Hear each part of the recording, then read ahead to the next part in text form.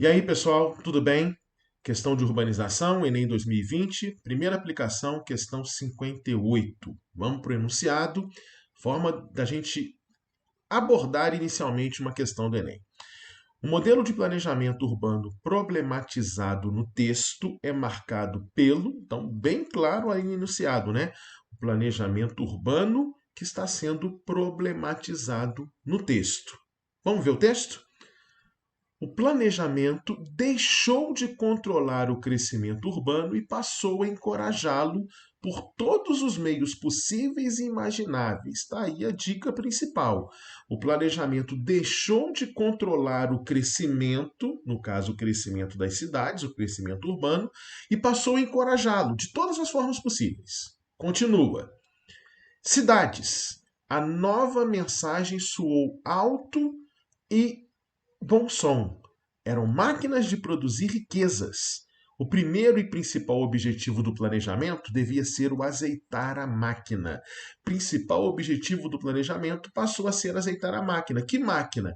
A economia, a expansão econômica. Então, o que significa isso? O texto está nos falando que o poder econômico suplantou, ou seja, esteve acima, superou, foi primordial em relação ao planejamento estatal. E não deveria ser assim.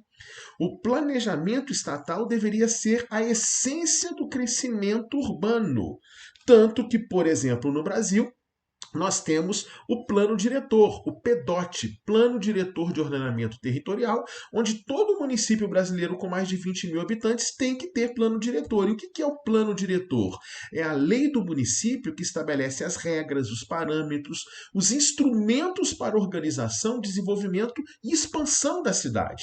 Então, a expansão urbana ela tem que acontecer a partir do planejamento estatal, no caso do município, o poder municipal, ou seja, a prefeitura. Tudo bem?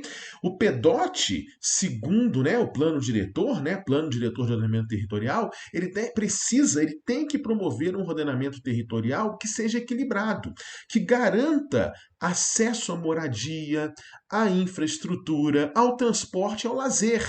E também um ordenamento territorial, uma expansão urbana, por exemplo, que seja sustentável, que garanta o desenvolvimento sustentável. Lembra do conceito de desenvolvimento sustentável, aquele modelo de desenvolvimento que garante as necessidades do hoje, do atual, sem inviabilizar o futuro. Ou seja, tem que ser um crescimento racional em todos os aspectos, humano, econômico, social e ambiental.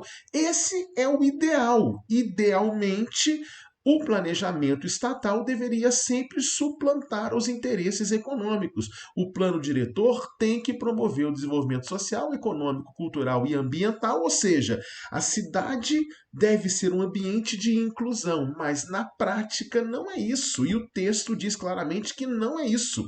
Diz que o planejamento deixou de controlar o crescimento e passou a encorajá-lo de todas as maneiras, ou seja, passa a economia por cima.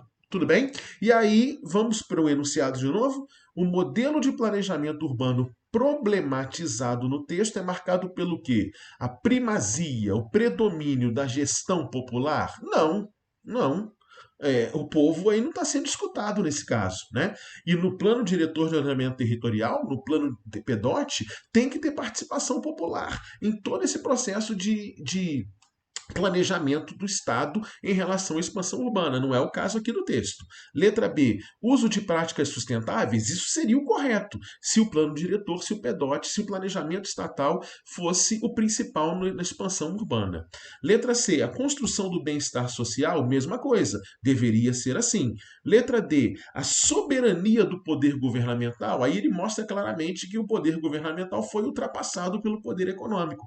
Então só nos resta a alternativa, a letra E, ampliação da participação empresarial, é o poder econômico suplantando, superando, estando acima do planejamento estatal.